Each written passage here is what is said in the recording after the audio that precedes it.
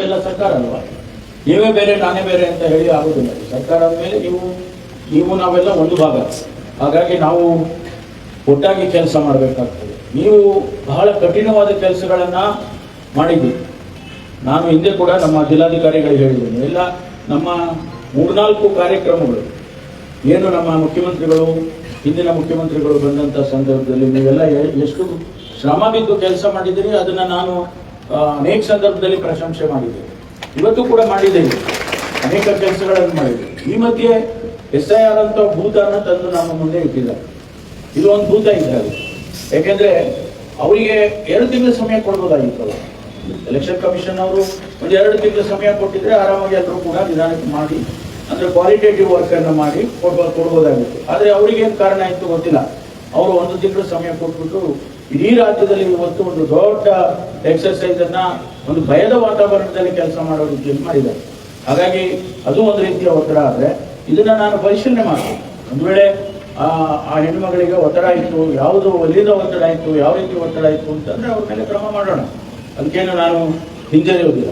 ಅದರಿಂದ ಇವತ್ತು ನೀವು ಮಾಡಿರ್ತಕ್ಕಂಥದ್ದು ಪ್ರತಿಭಟನೆ ಮಾಡಿದ್ದೀರಿ, ಅದು ನಿಮ್ಮ ಹಕ್ಕು, ಮಾಡಿದ್ದೀರಿ. ಅದರ ಬಗ್ಗೆ ನಾನೇನು ಹೇಳೋದಕ್ಕೆ ಹೋಗೋದಿಲ್ಲ. ನಾನು ನಿಮ್ಮ ಸಮಸ್ಯೆಗಳಿಗೆ ನಿಮ್ಮ ಜೊತೆಯಲ್ಲಿ ಇರ್ತೇನೆ ಅಂತ ಅಷ್ಟೇ ಹೇಳ್ತೇನೆ. ಆಮೇಲೆ ಅವರ ಕುಟುಂಬದವರಿಗೆ ಈಗಾಗಲೇ ಇನ್ಶೂರೆನ್ಸ್ 1 ಕೋಟಿ ರೂಪಾಯಿ 15 ದಿವಸದೊಳಗಾಗಿ ಬರುತ್ತೆ. ಅದರ ಜೊತೆಯಲ್ಲಿ ಎಲೆಕ್ಷನ್ ಕಮಿಷನ್ ಇಂದ 30 ಲಕ್ಷ ರೂಪಾಯಿ ಕೊಡೋದಕ್ಕೆ ಅದನ್ನು ಕೂಡ ಈಗಾಗಲೇ ರೆಕಮೆಂಡ್ ಮಾಡಿದ್ದಾರೆ, ಎಲ್ಲ ಮಾಡಿದ್ದಾರೆ.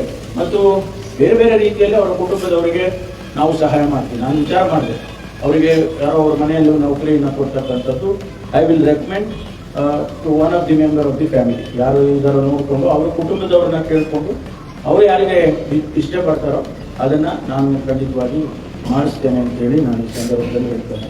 ಮತ್ತು ಎರಡನೇದು, ನೀವ್ಯಾರು ಅನ್ಯತಾ ಭಾವಿಸಬೇಡಿ. ಯಾಕೆಂದರೆ ನಾವು ನಮ್ಮ ಜಿಲ್ಲೆ ಇದು ತುಮಕೂರು ಜಿಲ್ಲೆಯಲ್ಲಿ ಇವತ್ತು ಕಂದಾಯ ಸಚಿವರಾಗಿದ್ದಾಗ ಹೀಗಾಯಿತು ಅಂತ ಹೇಳಿದಾಗ ನನಗೂ ಬೇಸರ ಆಯಿತು.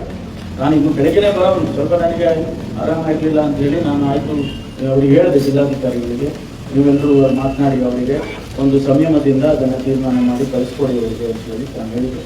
ಆದರೆ ಬೇರೆ ಬೇರೆಯವರೆಲ್ಲ ಬಂದು ಏನೇನೋ ಮಾತಾಡಿ ಅದೆಲ್ಲ ಸ್ವಲ್ಪ ನನಗೂ ಬೇಸರ ಆಯಿತು. ಅದರವರೆಗೂ ಮಾತಾಡೋದು, ನೀವೆಲ್ಲ ಹೋಗಿದ್ದೀವಿ ಸಂತೋಷ. ಆದರೆ ರಾಜಕೀಯ ಮಾಡೋಕ್ಕೆ ಹೋಗ್ಬೇಡಿ, ಇದು ನಮ್ಮ ಜವಾಬ್ದಾರಿ ಇದೆ ಸರ್ಕಾರದ್ದು ಅಂತ ಮಾತ್ರ ನಾವು ಅವ್ರಿಗೂ ಹೇಳಿದ್ದೀವಿ. ಇವತ್ತು ನಾನು ಒಂದೇ ಮಾತು ಹೇಳ್ತೀನಿ, ತಿಳಿಸ್ತೇನೆ ಅಂತಕ್ಕಂಥ ಮಾತನ್ನು ಈ ಸಂದರ್ಭದಲ್ಲಿ ಹೇಳೋದಕ್ಕೆ ಬಯಸ್ತೇನೆ. ದಯಮಾಡಿ ನಾವು ತಮ್ಮ ಪ್ರತಿಭಟನೆಯನ್ನು ವಾಪಸ್ ತಗೊಳ್ಳಿ. ನಾವು ಸರ್ಕಾರದಲ್ಲಿ ನಿಮಗಾಗಿ ನಾವು ಇದ್ದೇವೆ. ನಿಮ್ಗೆ ಯಾವುದೇ ಸಮಸ್ಯೆ ಇದ್ರೂ ನನ್ನನ್ನು ಭೇಟಿ ಮಾಡಿ, ಮುಕ್ತವಾಗಿ ಭೇಟಿ ಮಾಡಿ, ಯಾವಾಗಾದರೂ ಭೇಟಿ ಮಾಡಿ. ಇಲ್ಲ ತುಮಕೂರು ಬೆಂಗಳೂರಲ್ಲಾದರೂ ನಾನು ಕಚೇರಿನಲ್ಲೋ ಮನೆಯಲ್ಲೋ ಎಲ್ಲಿಯಾದರೂ ನೀವು ಭೇಟಿ ಮಾಡ್ತೀನಿ ಅಂತಂದರೆ ಸಮಯ ಕೊಡ್ತೀನಿ, ಚರ್ಚೆ ಮಾಡೋಣ. ನಿಮ್ಮ ಸಮಸ್ಯೆ ಇಟ್ಕೊಂಡು ನಾವು ನಿಮ್ಮ ಹತ್ರ ಕೆಲಸ ತಗೊಳಕ್ಕಾಗಲ್ಲ. ನಿಮ್ಮ ಸಮಸ್ಯೆಗಳನ್ನ ಬಗೆಹರಿಸಿ ನಾವು ನಿಮ್ಮ ಹತ್ರ ಕೆಲಸ ತಗೋಬೇಕು. ಎಷ್ಟೊಂದು ಜನ ಹೆಣ್ಮಕ್ಳಿದ್ರು ನೋಡಿದ್ರೆ ಸಂತೋಷ ಆಗುತ್ತೆ. ಬರಪ್ಪ ಈ ಕಡೆ ನೋಡಿ, ಎಷ್ಟೊಂದು ಜನ ಸಹೋದರಿಯರಿದ್ದಾರೆ. ಅವರೆಲ್ಲರೂ ಕೂಡ ಇವತ್ತು ನಾನು ಕೇಳಿದೆ, ಅದು ನನಗೂ ಬಹಳ ಬೇಸರ ಆಯಿತು. ಇವತ್ತಿನ ದಿವಸ ಅವರೆಲ್ಲರೂ ಕೂಡ ಒಂದು ಶಾಂತಿಯಿಂದ ನೆಮ್ಮದಿಯಿಂದ ಕೆಲಸ ಮಾಡುವಂಥ ವಾತಾವರಣವನ್ನು ಸೃಷ್ಟಿ ಮಾಡೋಣ. ಇಲಾಖೆಯಲ್ಲಿ ನಿಮಗೆ ಯಾವುದೇ ತೊಂದರೆ ಆಗದ ಹಾಗೆ ನಾನು ಮಾಡಿಕೊಡ್ತೀನಿ ಅಂತಕ್ಕಂಥ ಮಾತನ್ನು ಅಷ್ಟೇ ನಾನು ಹೇಳ್ತೇನೆ. ದಯಮಾಡಿ ನೀವು ಈ ಪ್ರತಿಭಟನೆಯನ್ನು ಹಿಂತಗೊಳ್ಳಿ. ನಾನು ನಿಮ್ಮ ಜೊತೆಯಲ್ಲಿದ್ದೇನೆ. ನಿಮ್ಮ ಸಮಸ್ಯೆ ಏನಿದ್ರು ನನ್ನ ಜೊತೆ ಚರ್ಚೆ ಮಾಡಿ ಬಗೆಹರಿಸ್ತಕ್ಕಂಥ ಕೆಲಸವನ್ನು ನಾನು ಮಾಡಿಕೊಡ್ತೀನಿ.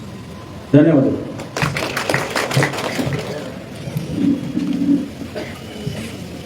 ಅನಾರೋಗ್ಯ ಸಮಸ್ಯೆಯ ನಡುವೆ ಕೂಡ ಪ್ರತಿಭಟನೆಯ ವಿಚಾರವನ್ನ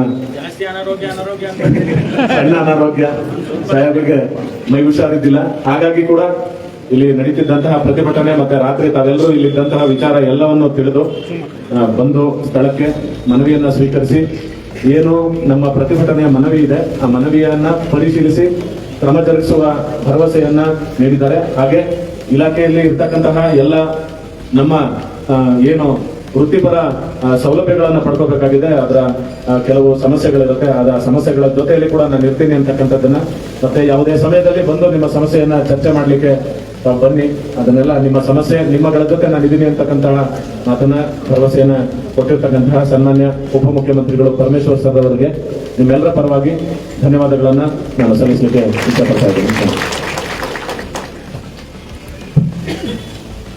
ಸನ್ಮಾನ್ಯ ಉಪಮುಖ್ಯಮಂತ್ರಿಗಳ ಭರವಸೆಯ ಮೇರೆಗೆ ನಾವು ಏನು ಕುಮಾರಿ ಭುವನ ಅವರನ್ನ ಕಳ್ಕೊಂಡಿದ್ದೀವಿ, ಅವರ ಕುಟುಂಬಕ್ಕೆ ದೊರೆಯಬೇಕಾಗಿರ್ತಕ್ಕಂತಹ ಎಲ್ಲ ಆರ್ಥಿಕ ಸೌಲಭ್ಯಗಳು, ಅನುಕಂಪದ ಆಧಾರದ ನೇಮಕಾತಿ ಇರ್ಬೋದು, ಹಾಗೇನೆ ಸಾವಿಗೆ ಅಧಿಕಾರಿಗಳ ಒತ್ತಡ ಕಾರಣವಾಗಿದ್ರೆ ಅವ್ರ ಮೇಲೆ ಕ್ರಮ, ಇವಿಷ್ಟನ್ನು ಸಹ ಮಾನ್ಯರ ಗಮನಕ್ಕೆ ತಂದಿದ್ದೀವಿ.